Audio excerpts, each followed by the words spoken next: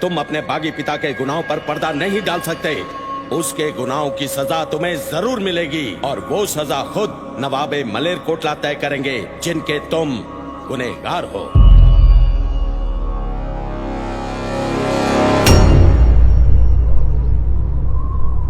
फरमाइए नवाब साहब, आप कौन सी सजा देना चाहोगे अपने इन दुश्मनों को? मैं गोविंद से अपने भाइयों की मौत का बदला लेना चाहता हूं और वो मैं जरूर लूंगा, पर मैदान जंग में ये मेरे गुनाहगार नहीं हैं। औरतों और बच्चों से बदला नहीं लिया जाता। मैं चाहता हूं इंसानियत के नाते गोविंद की मां और उसके बच्चों को रिहा कर दिया जाए।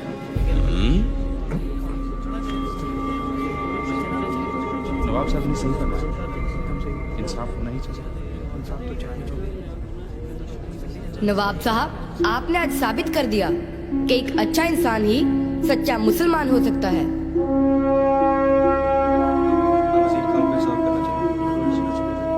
मैं भी इंसाफ में यकीन रखता हूँ। नवाब साहब की मर्जी और आवाम की ख्वाहिश के मद्देनजर हम इनको आजाद भी कर देंगे, पर मैं इनसे ये तो पूछ लूं कि ये आजाद होकर क्या करेंगे? वही करेंगे जो हमारे गुरु पिता कर रहे हैं, और जो सिंघों की आने वाली नस्लें करेंगी।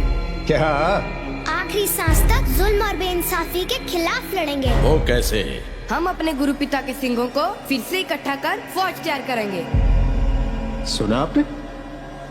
सुना आप सबने इनके बागी इरादे? जो इनका बागी बाप हमारे साथ कर रहा है, वही ये बागी बच्चे करना चाहते हैं।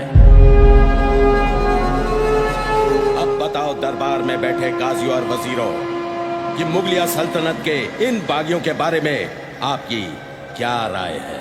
खां साहब, अब तो सबकी राय एक ही है, सांप के बच्चे सांप ही होते हैं। सच्चानंद, जुबान को लगाम दो। मजलूमों के वो दोस्त हैं, नेकी उनकी पहचान है। शीश झुकाकर आदर कर, गुरु गोविंद सिंह उनका नाम है। शुक्र कर हम आपके कैदी हैं, नहीं तो कसम गुरु पिता की अब तक तुम्हारा सर कंधे से गिर चुका होना था। बस, मैं और कुछ नहीं सुनना चाहता। बागी गुरु के बागी बच्चों, हमारा धर्म कबूल करो या बेरहमी से मरने के लिए तैयार हो जाओ। पहला मरण कबूल, जीवन की छड़ आस, हो सबना की रहन का, तो आओ हमारे पास। काजी साहब, फतवा। मेरा फतवा तैयार है खान साहब।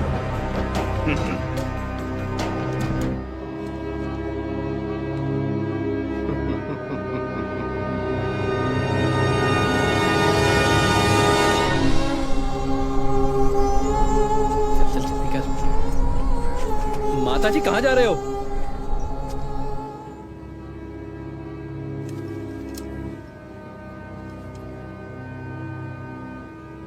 इनको जिंदा दीवार में चिनवा दिया जाए।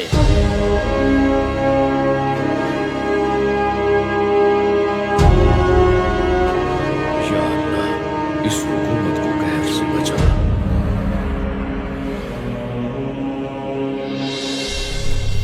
माताजी, बस बस, और आगे नहीं, चलो हमारे साथ।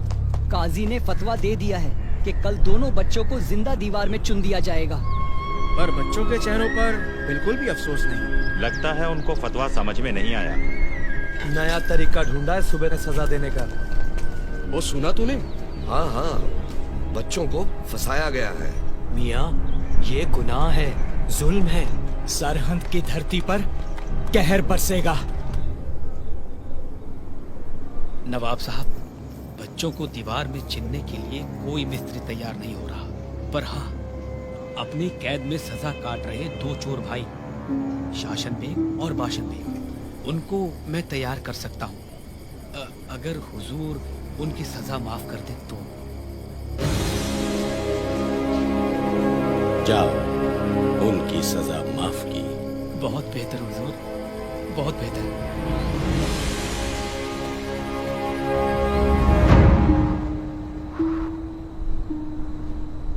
दादी माँ, हमने पाठ भी कर लिया, मोती मेरा दूध भी पिलाकर चला गया, पर आपने पूछा नहीं कि आज दरबार में क्या हुआ। बेटा, वही दलीलें, उल्टे सीधे सवाल। जो कुछ भी हुआ उससे हम बहुत खुश हैं दादी माँ। खुश हो? कौन सी बात से खुशी हुई तुम्हें? हम खुश हैं कि हम आपकी उम्मीदों पर सही उतरे। हम खुश हैं कि हमने अपने गुरु पिता और दादाजी की शान को बरकरार रखा। हम खुश हैं कि हमने जालिमों के डर से अपना धर्म नहीं हारा, आपकी सिखाई कुर्बानी को याद रखा। मुझे तुम पर फख्र है। काजी का फतवा कहता है कि हमें जिंदा दीवार में चिन्ह दिया जाएगा। फिर क्या हुआ? जिंदा दीवार में ही चिनेगी, मार तो नहीं देंगे। हाँ दादी माँ, मार थोड़ी देंगे।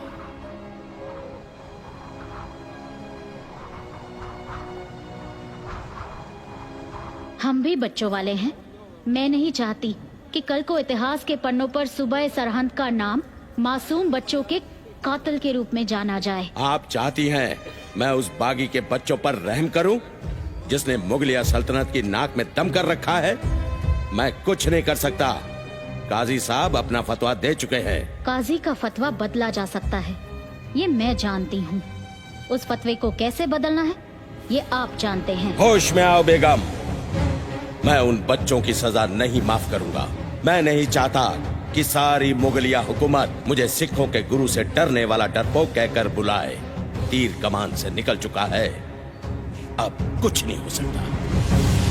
खुदा के लिए ऐसा मत कीजिए खान साहब, ये जुल्म है, ये जुल्म है।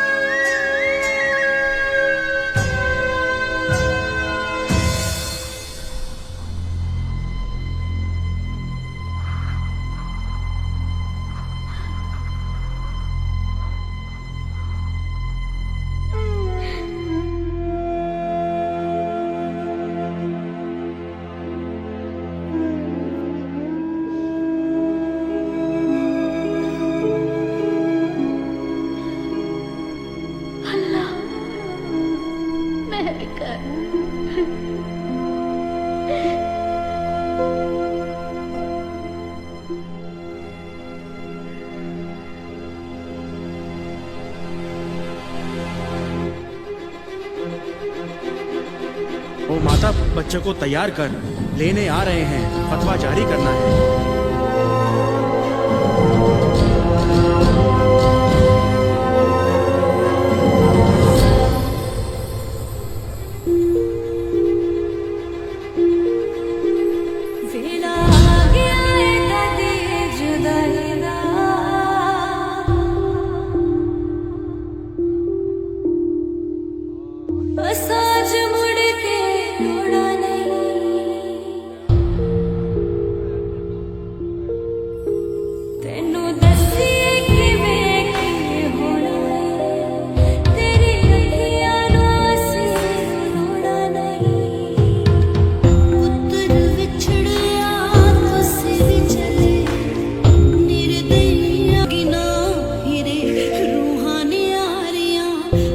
के निहार ला मैं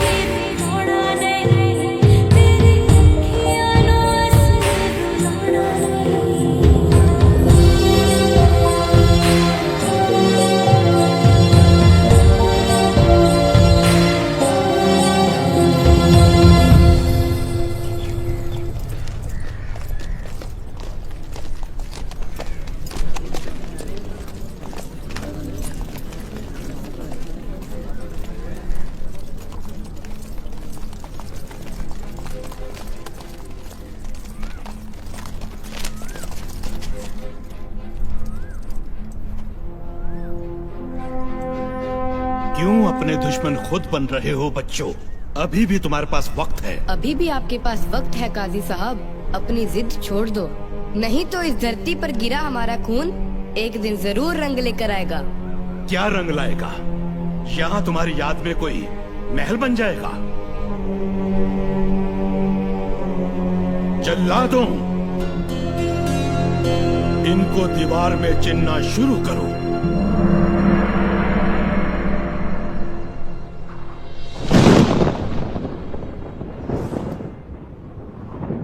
ओंकार सतनाम करता पुरख निर्भव निर्वैर अकाल मूरत अछूती सेवा गुर प्रसाद जप सच जुगार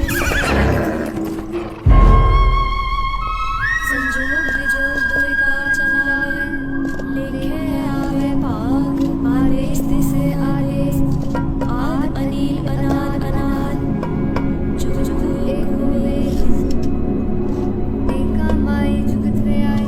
बेटी, दुनिया में चाहे आप मुझसे पहले आए हो, पर दादाजी को मिलने में आपसे पहला जा रहे हैं। जिव तिस पावे तिवे चलावे जिव होवे फरमान।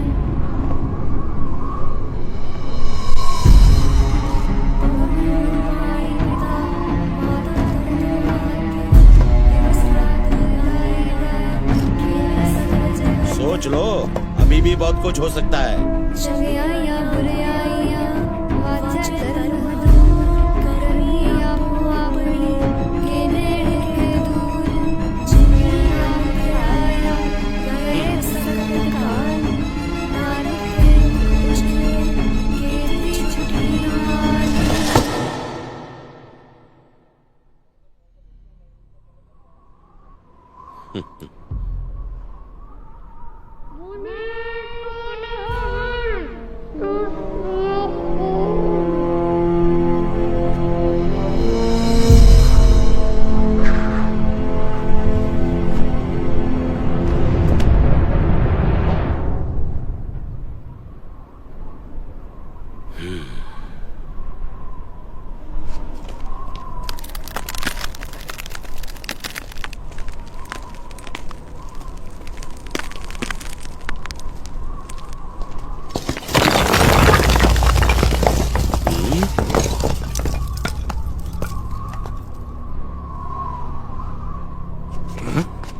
इन दोनों को बाहर निकालो।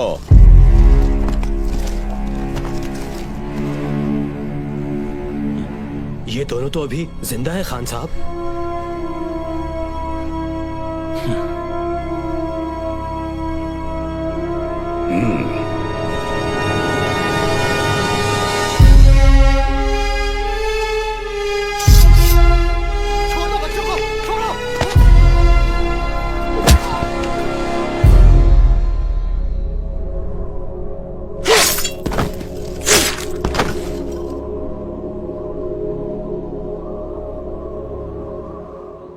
हम जान देकर औरों की जान बचा चले, सिंहों की सल्तनत का ये पौधा लगा चले।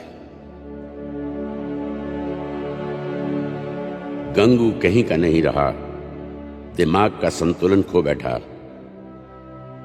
और सारा पैसा भी। गुरु परिवार की सेवा करने के अपराध में मोती मेहरा और उनके परिवार को पत्थर के कोलू में बेरहमी से पीस दिया गया। 40 भगोड़ों ने खदराना की लड़ाई में अपना बलिदान देकर मुक्ति पाई, आज उस जगह को मुक्तसर के नाम से जाना जाता है। और सिंघों के साथ माई भागो भी गुरु साहब के साथ नांदेड़ पहुंची और खालसा पंथ की सेवा में जुट गई। माता सुंदरी दिल्ली में बसकर खालसा पंथ के राजनीतिक मामलों को संभालने लगी। जैसी देववाणी हुई थी, साहबजादों की याद में चमकौर और सरहंद में गुरुद्वारे बने। नवाब मलेरकोटला को उनके पुण्यों के लिए गुरु साहब का आशीर्वाद प्राप्त हुआ। उनकी पुश्तें आज भी पूरी शानो शौकत के साथ मलेरकोटला में रह रही हैं। मलेरकोटला में रहने वाले मुसलमान आज भी गुरु साहब को मानते हैं। गढ़ी के मालिक चौधरी बुद्धू चंद की 9वीं पीढ़ी आज भी चमकौर साहब के आसपास फल फूल रही है। फिल्म में दिखाए गए गुरु साहब के हथियार, अस्त्र शस्त्र हूबहू वैसे ही बनाए गए हैं जैसे उस वक्त थे, जो आज भी गुरु साहब के शिष्यों के पास सुरक्षित हैं। जब गुरु साहब को बताया गया कि किस तरह वजीर खान ने उनके 2 साहबजादों को शहीद किया, तो उन्होंने अपने तीर से एक पौधा उखाड़ कर कहा, मुगलिया सल्तनत के दिन अब उंगलियों पर गिने जा सकते हैं। और वैसा हुआ भी। 200 सालों तक राज करने वाले मुगलों के हाथ से हिंदुस्तान का राज धीरे धीरे खिसकने लगा। गुरु साहब के एक अनुयायी भक्त टोडरमल ने साहबजादों और माताजी का अंतिम संस्कार करने की इच्छा प्रकट की। वजीर खान ने उसे आवश्यक जमीन सोने की मोहरों से ढकने के लिए कहा। टोडरमल ने वही किया।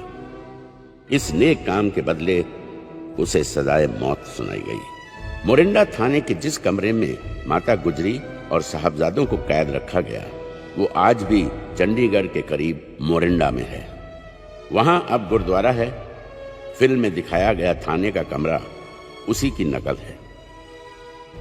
जिस पेड़ के नीचे गुरु साहब को माछीवाड़े में आराम करते हुए दिखाया गया है, वो उसी पेड़ की हूबहू नकल है। जो पेड़ आज भी माछीवाड़े में है, उस पवित्र स्थान पर गुरुद्वारा साहब है। हमेशा बुराई पर अच्छाई की जीत होती आई है और होती रहेगी।